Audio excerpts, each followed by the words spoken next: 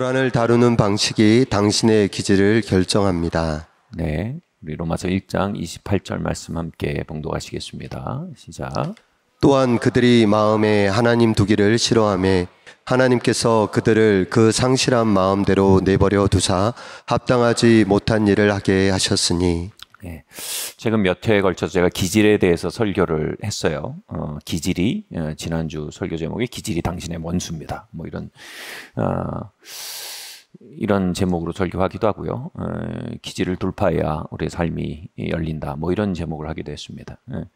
이 기질의 문제를 심도 있게 다루면서 피할 수 없는 주제가 바로 있습니다. 이게 뭐냐면 불안의 문제입니다. 이 불안. 어린 시절에 여러분 돌을 이렇게 큰 짱돌을 이렇게 들어 올리면 그 밑에 막 진해, 개미, 막 지렁이 이런 게 막 꿈틀꿈틀 나오는 걸 보신 적이 있는지 모르겠습니다.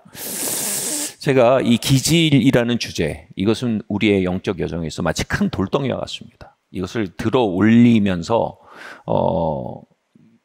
경험되는 것이 비춰지는 것이 이런 부분입니다. 이 기질을 들어 올릴수록 오늘 아침에도 이렇게 기도하는데 오늘 이 월십 나잇을 위해 기도하는데 이 기질이라는 주제를 들어 올려진 그 바닥에 이 불안이라는 것이 엄청나게 많이 또아리를 틀고 있다는 걸 제가 기도하면서 점점 많이 느끼고 또 영적으로도 제가 그런 것들을 체험하게 됩니다.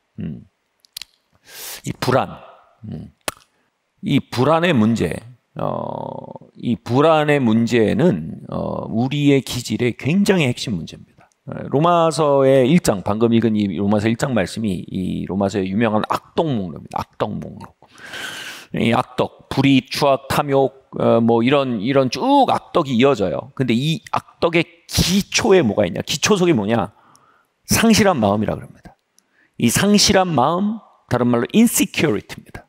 불안정함입니다. 이 불안정함이 모든 악덕 목록의 구조의 그 기초석이다. 이런 얘기를 하는 겁니다. 여러분 기초석이 뭡니까? 성경에서 예수님이 모퉁이돌이라고 했어요. 모퉁이돌. 모퉁이돌은 건축할 때 옛날의 건축 방식이랬어요. 이 정방형에 잘 다듬어진 모퉁이돌을 딱 놓고 건설을 시작합니다. 이 놓으면 어떻게 돼요? 여기에 맞춰서 다음 돌을 놓고 그 선에 맞춰서 다음 돌을 놓습니다. 그리고 그 선에 맞춰서 윗돌을 놓습니다. 이렇게 모퉁이돌 하나가 정방향으로 잘 깎여진 것이 기준이 되어서 그것이 아무리 큰 건물이어도 그 모퉁이돌 하나를 기준으로 지어 올려져 가는 겁니다. 오와 열을 맞추어서 그 모퉁이돌이 기준이 되는 겁니다. 이런 것처럼요, 예수 그리스도가 우리의 삶이 지어져 올려가는 모퉁이돌이 되어야 한다라는 말씀을 하시는데 그 말은 뭘 의미합니까? 우리가 예수 그리스도의 안에 집을 짓지 않으면 다른 모퉁이돌에 집을 짓게 된다는 것입니다. 그 모퉁이돌이 바로 상실한 마음이랍니다. insecurity, 불안정함이래요. 불안정함이라는 우리의 중심에 있는 내적 문제의 중심으로 우리의 성품을 지어 올릴 때 거기서 불경건한 라이프스타일이 시작된다는 겁니다. 여러분, 불안을 어떻게 다루고 계십니까? 불안을 다루는 방식이 여러분의 기질입니다. 불안을 불경건하게 다루고 계시다면 여러분 기질이 불경건한 기질로 형성되어 있을 것입니다. 우리가 회개한다는 것은요, 단순히 어떤 악덕의 목록 몇 개를 바꾸는 것이 아닙니다. 회개한다는 건 기초석을 달리하는 것입니다. 불안이라는 기초석에서 예수 그리스도의 임재라는 기초석으로 전혀 다른 기초석을 선택해 그것의 기초의 삶을 지어 올리는 것이 회개입니다. 아멘. 불안을 불경건하게 다루고 있다면 우리의 삶은 여전히 불경건할 것입니다. 설사 도덕적인 삶을 살고 있을지라도 회칠한 무덤이라고 하죠. 그 이미 삶의 구조 자체가 불경건해요. 그러나 겉에만 도덕적으로 데코레이션을 한 거예요. 존재 성향 자체가 이미 불경건해진 상태라는 겁니다. 오늘은 이 불안을 불경건하게 다루어서 형성되는 기질이 어떠한 것인지 살펴보고 우리가 그 기질을 파쇄하는 시간이 되기를 바랍니다. 첫 번째로요, 이 잘못된 불안을 다루는 불경건한 방식이 이것입니다. 첫 번째로요. 함께 읽겠습니다. 시작. 중독적 기질, 네. 불안을 잠재우기 위해서 발전시키는 기질입니다. 네. 중독적 기질은 불안을 잠재우기 위해서 발전시키는 기질입니다. 여러분, 불안이라는 것은요, 사실 사이즈의 크기는 있어요. 그럼에도 불구하고 우리 모두가 가지고 있는 굉장히 강력한 에너지입니다. 내가 나는 불안을 모른다라고 말씀하신다면 이쪽에 들어가 있는 경우가 많아요. 왜냐하면 중독적인 삶을 이미 살고 있는 거예요. 예를 들어서요, 저는 불안을 이기기 위해서 집에 들어오면 옛날에 텔레비가 5시 반부터 12시 반까지 했던 것 같아요. 그럼 5시 반부터 12시 반까지 텔레비를 큰 소리로 틀어놨습니다. 애국가 나올 때까지요.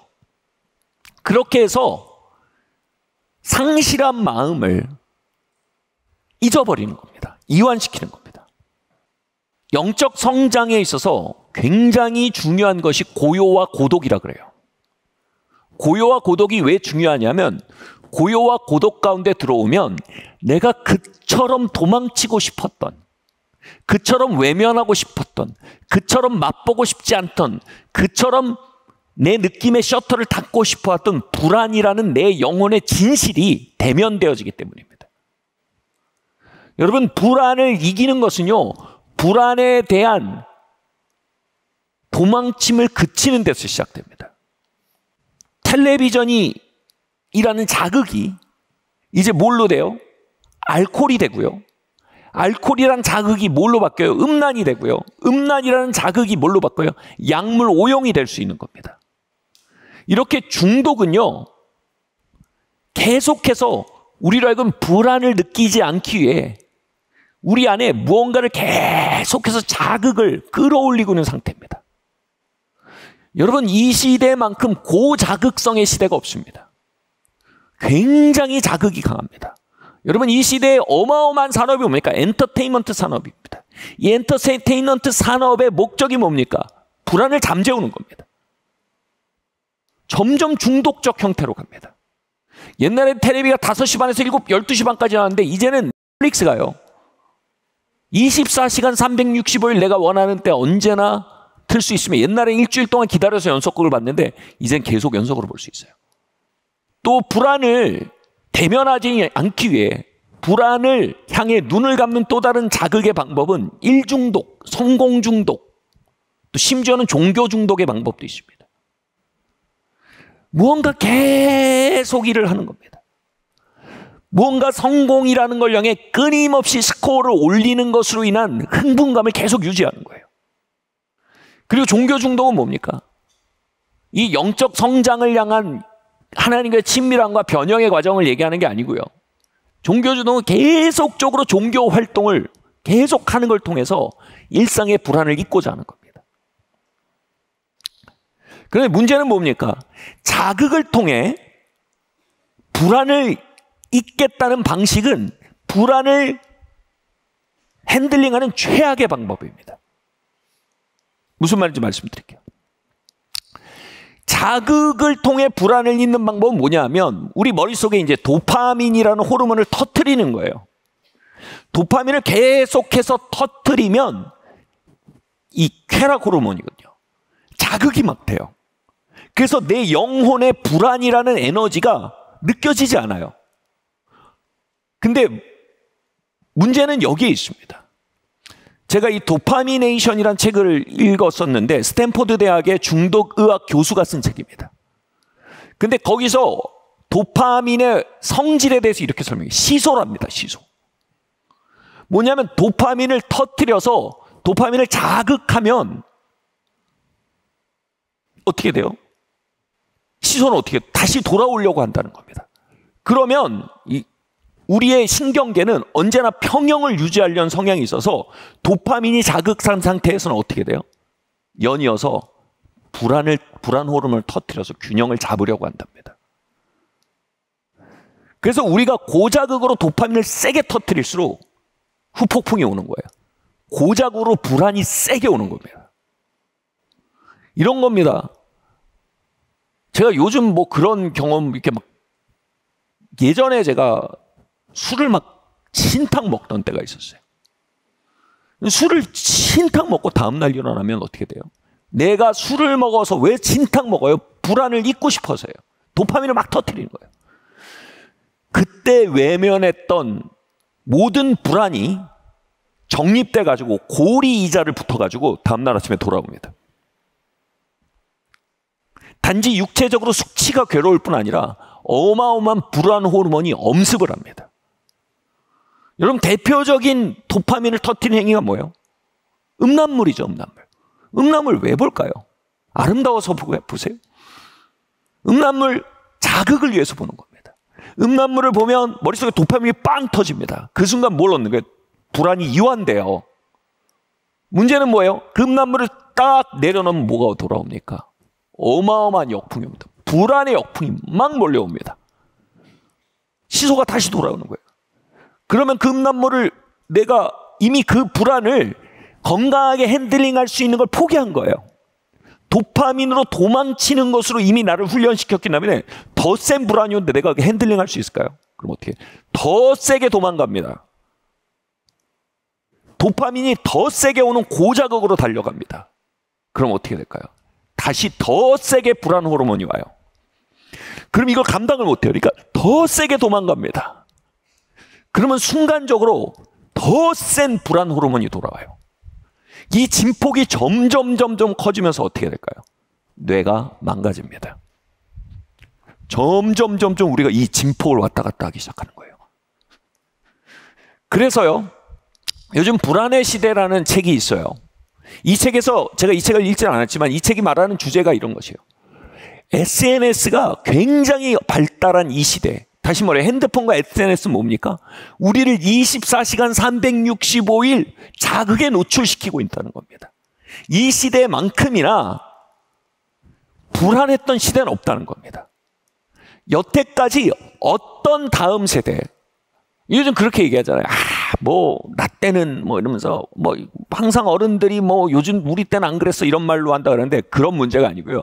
실제로 수치적으로 지금 이 세대만큼 SNS를 끼고 자란 이 세대만큼 불안한 세대가 없다는 겁니다.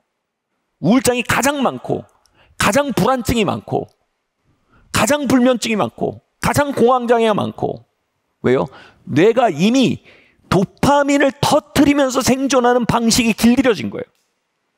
이걸 터뜨리는 만큼 불안이 와서 두드려 팬다는 거에 대해서 생각하지 않은 거예요. 여러분, 중독적 삶은요, 불안을 다루는 최악의 라이프 스타일입니다. 불안이 우리를 먹어치우도록 나를 내어주는 삶입니다. 우리는 불안에서 도망치기를 그쳐야 됩니다. 여러분, 제가 중독에 대한 글을 읽으면서 굉장히 인상적인 표현을 봤습니다. 중독의 핵심이 뭐냐면 우리의 불안정함을 받아들이지 않는 행위라는 거예요. 그냥 받아들이라는 거예요. 여러분, 핸드폰 내려놓으면 죽을 것 같아요. 그죠? 그 CT이 이런 소문이 났어요. 거기 가면 핸드폰을 못하게 한다. 못하게 하는 게 아니라 제가 아는 한 못하게 하는 건 아닌 걸로 알아요. 자발적으로 내려놓도록 시간을 주는 걸로, 그리고 계속 하기 원하면 하는 걸로 알아요. 제가 알기로는 그래요. 근데 이런 얘기, 다 좋다. 나 그 학교 너무 좋다. 근데 나는 핸드폰 없이 못 산다. 두렵다는 거예요. 이걸 놓는 게 왜 무서울까? 이거 놓는 게 왜 무서울까요? 이걸 놨을 때 오는 불안의 파도를 직감하는 거예요. 어마어마한 금단 현상의 습격을 이미 직감하는 거예요. 난 이거 없이 못 살아, 이렇게 되는 겁니다. 여러분, 이것 없이 못 살게 된 중독들이 얼마나 많으십니까? 여러분, 그 중독을 붙들면 붙들수록 더 불안은 여러분 안에 크게 되어서 여러분을 먹어치운다는 겁니다.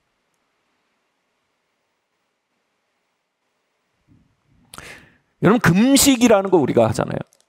금식은 근본적으로 뭘 하냐면 모든 중독에 대해서 디톡스 기간이 중독의 그 금식의 핵심입니다. 저는 오늘날 시대의 가장 중요한 금식 중에 하나는 도파민 금식이라고 생각합니다. 이 디톡스의 기간을 가지면 뭘 합니까? 불안을 민낯으로 대면하는 시간을 갖습니다. 어떻게 말하면 죽을 것 같을 수 있어요.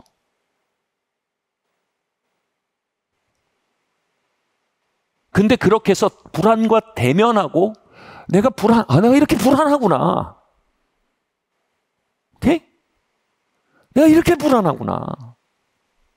그렇게 여러분 불안과 이 말이 어폐가 있지만 불안과 친밀해질수록 여러분 불안이 여러분이 핸들링할 수 있는 수준으로 덩치가 작아집니다. 아멘? 중독은 불안 자체를 대면할 용기조차 없는 상태입니다. 사랑하는 성도 여러분, 우린 불안합니다. 저는 불안합니다. 여러분 불안합니다. 불안한 게 삶입니다. 불안은 일상의 일부입니다. 불안은 삶의 일부입니다. 불안은 우리의 영혼의 일부입니다. 사실을 외면할 때 우린 큰 함정에 빠집니다. 중독이란 거대한 판타지는 우리를 불안의 늪으로 더 깊이 빠져들게 하는 안타까운 몸부림일 뿐입니다. 큰 깨달음을 얻은 한 수도승에게, 한 스승에게 제자가 와서 물었습니다. 스승님, 몇 년 전에 큰 깨달음을 얻으셨다는 얘기를 들었습니다. 깨달음을 얻기 전에 어떤 상태였는지 말씀해 주십시오. 그들은 이제 스승들은 그 수도승들은 아빠라고 부르고 아들아 이렇게 부르거든요. 아들아, 나는 무척 불안했다. 아빠, 그러니까 우리나라 아빠가 ABBA 아빠예요. 아빠, 그러니까 아버지라는 뜻이기도 해요. 아빠, 스승이요. 깨달음을 얻으신 이후에는 어땠습니까? 그 스승이 가만히 있다 얘기합니다. 깨달음을 얻은 이후에 불안하지. 이렇게 대답했어요. 깨달음을 얻기 이전에 뭡니까? 내가 불안하다는 사실을 못 받아들이는 거예요. 불안을 견디질 못하는 거예요. 그래서 어떻게든 자극을 찾아다니는 거예요. 깨달음을 얻은 뒤엔 뭐예요? 내가 불안하다는 사실을 받아들이게 되는 거예요. 그러면 불안이 덩치를 키우지 않게 됩니다. 아멘? 여러분, 불안으로부터 도망치는, 오죽하면 제가 아까 말씀드린 도파미네이션이라는 책이 나왔습니까? 도파미네이션. 이 두 말이 합성된 거죠. 도파민의 왕국을 우린 살고 있습니다. 이 도파민의 왕국에서 불안해서 등을 돌리고 도망치다 도리어 불안에 씹어먹히고 있는 이 시대 속에서 우린 몸을 돌려야 합니다. 우린 이렇게 주장하지 않아야 합니다. 하나님, 내게는 더 성공이 필요합니다. 성공 중독. 돈이 물론 필요하죠. 근데 탐욕이라는 건 중독증이에요. 하나님, 돈이 더 필요합니다. 하나님, 미디어가 더 필요합니다. 하나님, 더 소비할 수 있어야 됩니다. 더 다른 사람보다 앞서는 경험들이 내겐 더 필요합니다.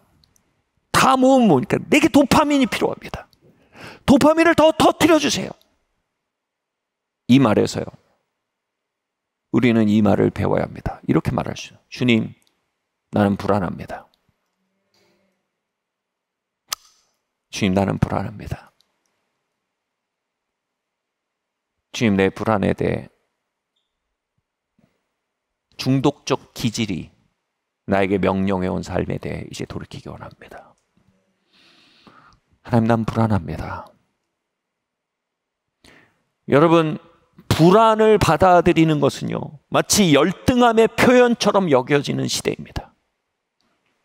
더 많은 불안을 잊기 위한 더 많은 도파민을 자극할 만한 옵션들을 가진 것이 힘이요, 그것이 자유라고 생각하는 시대입니다. 왜냐하면 불안을 열등으로 생각하기 때문입니다. 그러나 여러분, 한 발 떨어져서 정신을 차리고 보면 불안을 받아들일 수 있는 건 용기입니다. 내 불안을 받아들이고 말할 수 있는 건 겸손입니다. 저에게 한번 물어봐 주시겠어요? 목사님, 지난 일주일 어떠셨어요? 네, 많이 불안했습니다. 많이 불안했습니다.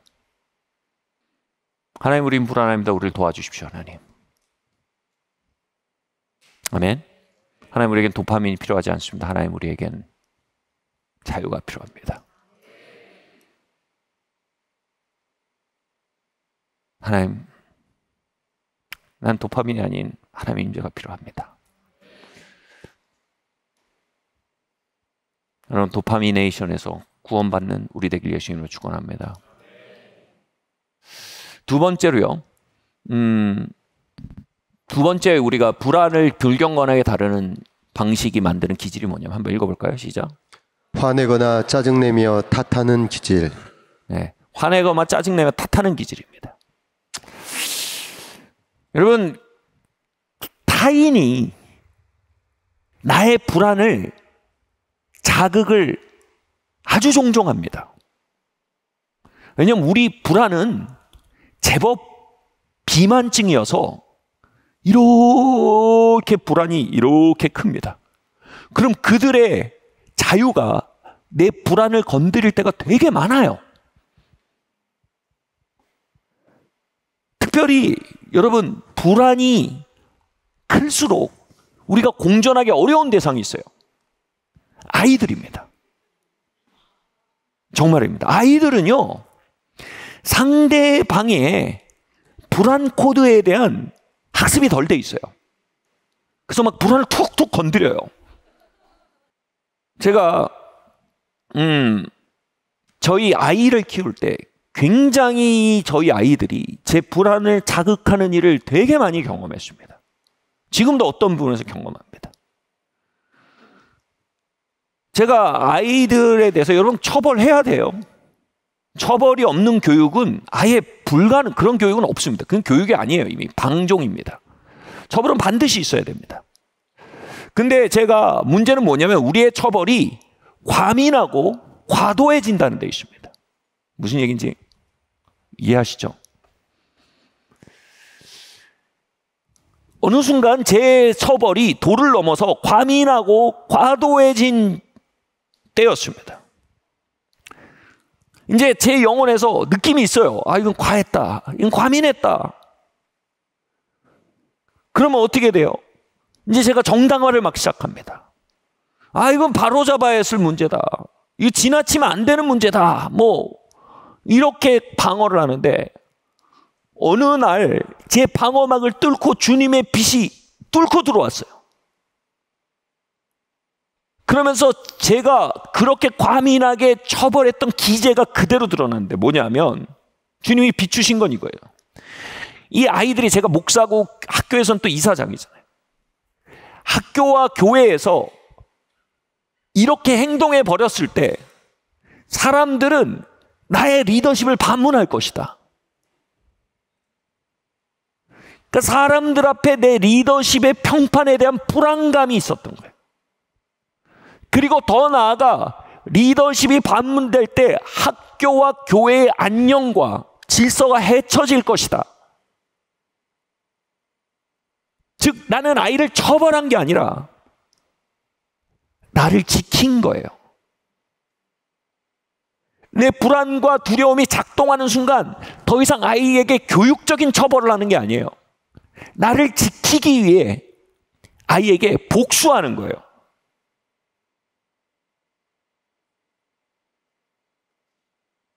여러분, 불안과 두려움은 굉장히 고통스러운 경험입니다. 말씀드렸던 양육에는 경책이 필요하고 처벌이 필요합니다만은 아이들의 선택과 아이들의 언행과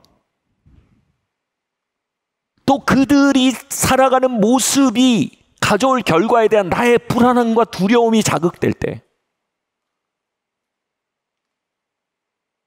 이때는 더 이상 아이들을 가르치는 것이 아니라 내 불안과 두려움을 피하기 위해 대상을 조종하는 방어적 행동이 되고 맙니다. 우리 이렇게 종종 말해요. 아이들뿐입니까?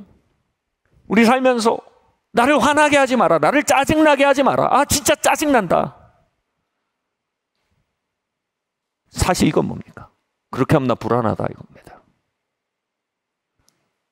그렇게 하면 나 너무 불안해.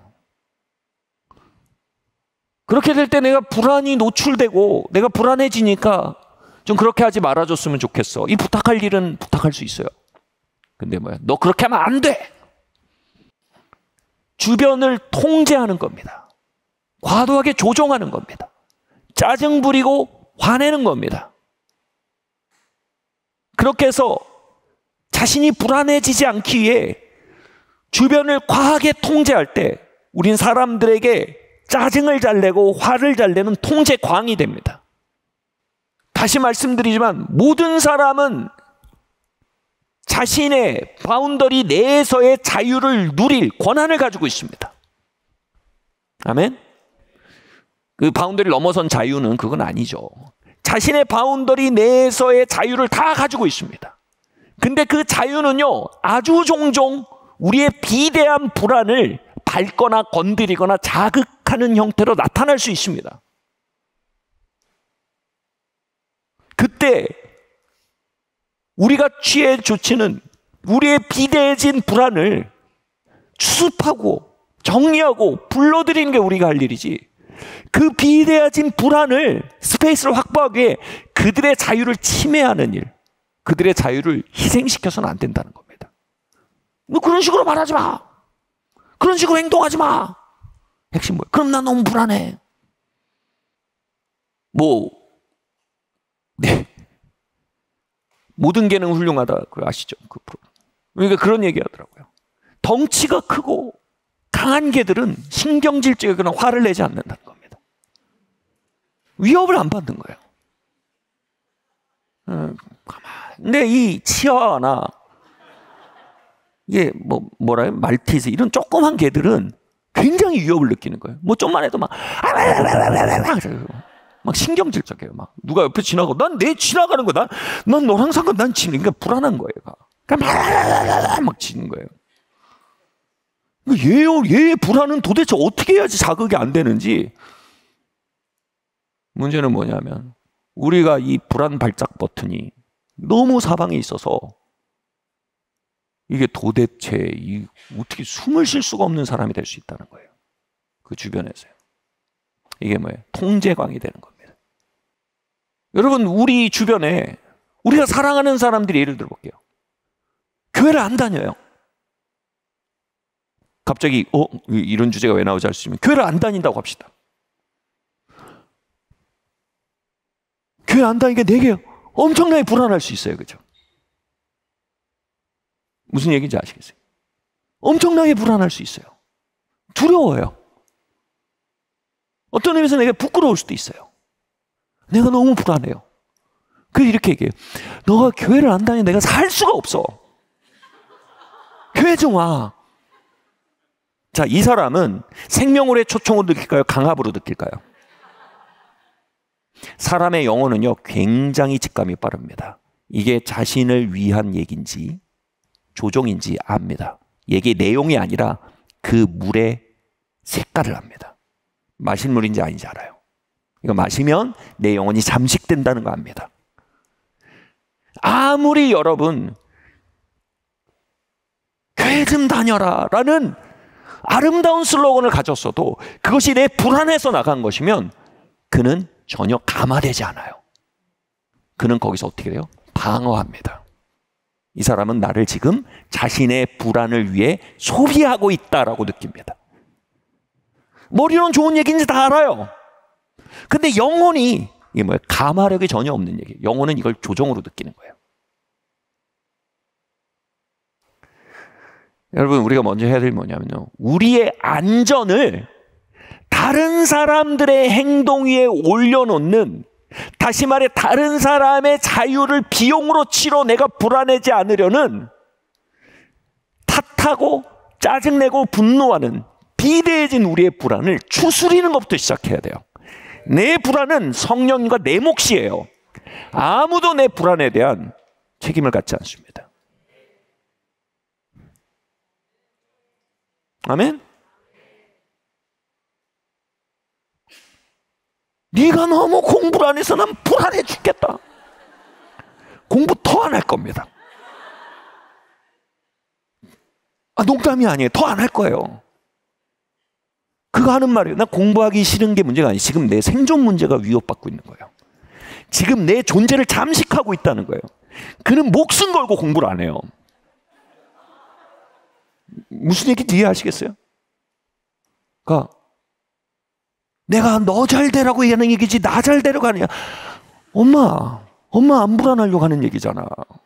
엄마가 무서워서 하는 얘기잖아. 엄마 편하려고 하는 얘기잖아 라고 말은 못해요, 애들이. 네, 알아요. 그럼 뭐예요? 감화력이 뚝뚝 떨어집니다. 청소년 여러분, 엄마 건드리고 이렇게 얘기하지 마세요. 네. 자, 제가 얘기하는 건 뭘까요? 그들의 자유와 그들이 선택한 삶의 결과에 내 안정이 달려있지 않도록 노력해야 합니다. 여러분 사랑하고, 여러분 정말 철로역정을 가고 주님 사랑하시게 되길 바랍니다. 근데 그 사실이 제 평안과 아무 관계 없습니다. 이론적으로 그렇습니다. 그래야 합니다. 제 평안은 하나님과 나의 문제입니다. 그리고 그 안에 서 있을 때 제 말이 감화력이 있을 수 있어요. 그 말이 들리는 말, 나의 영혼을 먹이는 생수일 수 있습니다. 우리는 강력한 조종과 통제의 문화 안에 살고 있습니다. 내 안전은 너에게 달렸다라는 강력한 암시를 주고받는 세상 속에 살고 있습니다. 그 중심에 뭐가 있습니까? 화내고 짜증내고 탓하는 기질, 불안이 우리에게 명령하여 지어올린 집, 이 기질의 기초에 있습니다. 여러분, 그 기질이 십자가에 못 박히고 우리 안에 무너지게 예수님을 축원합니다. 같이 말할까요? 내 평안은 나의 하나님과 나의 몫이다. 내 평화의 기분이 나의 아이들이나 나의 아내나 나의 이웃에 달려있지 않다. 목사님 그렇게 잘하세요? 저 잘 못해요. 근데 적어도 그게 길인 건 알아야 돼요. 우리가 우리의 불안 앞에서 어떤 길을 가야 하는지 방향을 알아야 돼요. 얼마 전에 저희 아이가 몸 건강관리 못하는 문제가 저희 집에 굉장히 우왕거리였어요. 제 아내와 저에게. 건강관리 너무 안 해요. 너무 막 시험 공부 막 이것만 막 하는 거예요. 그래서 근데 마침내 아시는 분은 아시겠지만 몸에 종양이 나왔어요. 그 순간 느낀 게 뭐예요? 내 모든 평화를 너가 위협하고 있다. 내 모든 안전을 네가 위협하고 있다. 너무 원망이 되는 거예요. 애가 걱정도 되지만 얘를 도와야겠다는 생각, 원망이 너무 앞서는 거예요. 적어도 그 순간 뭐예요? 우리가 그 기질을 불러들이는 방향에 있어야 되는 걸 알아야 돼요. 아멘?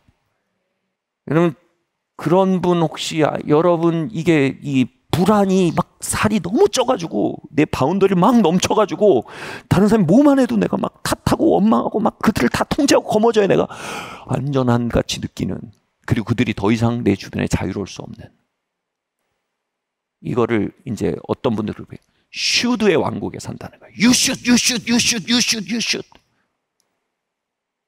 나한테 슈드로 슈드라는 총알을 나한테 날리지 마라. 이런 영어 표현이 있는데 서로 슈드를 막 날리는 거예요. 그딴 식으로 말하면 안 돼. 이렇게 하면 안 돼. 이러면 안 돼. 네. 화 잘 내고 짜증 잘 내고 잘 탓하고 이건 주장할 기질이 아닙니다.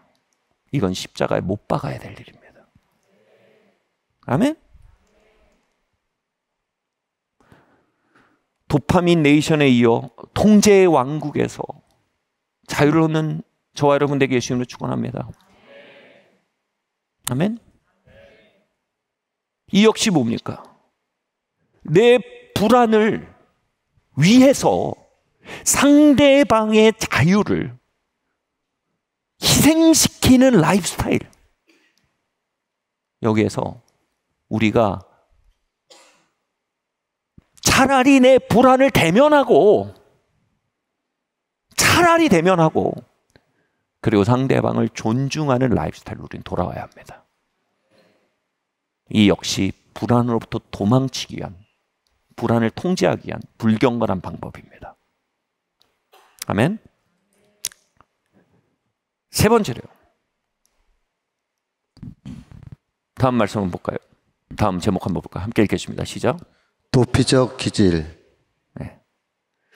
불안을 다루는 또 다른 대표적인 불경건한 방법은 도피 방식입니다. 여러분, 삶은 위험합니다.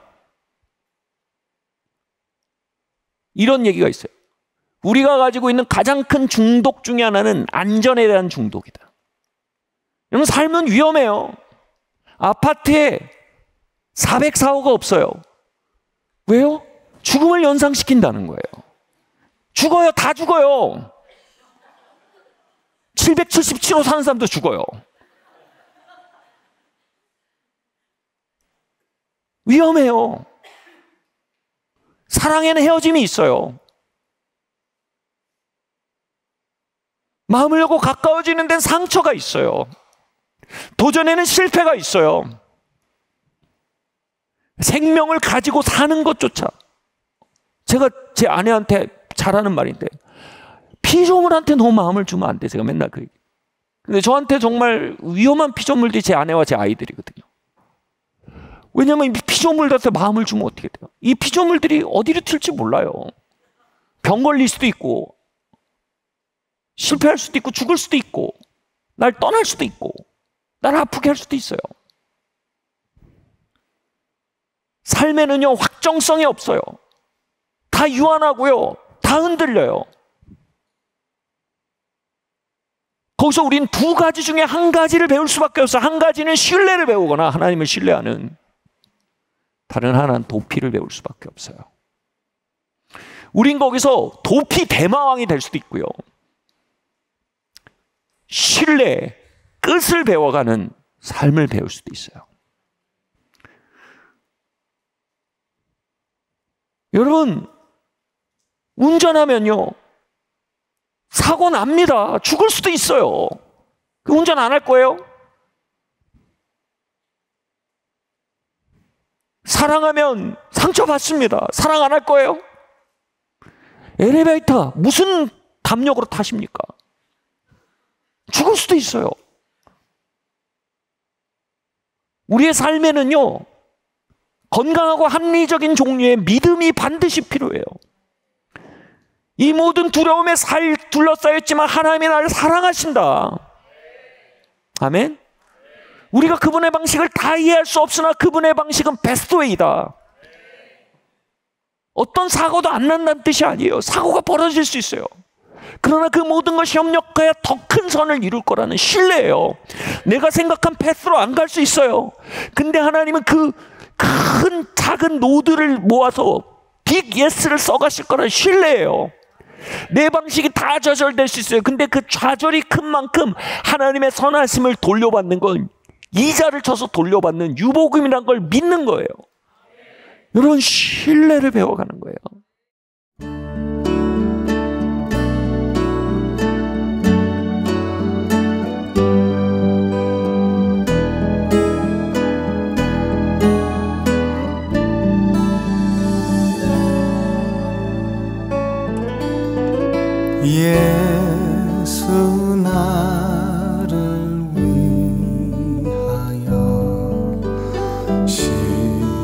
십자가를 지을 때 세상 죄를 지시고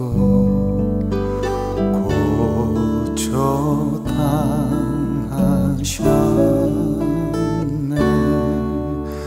예수야 예수야 나의 죄 위하여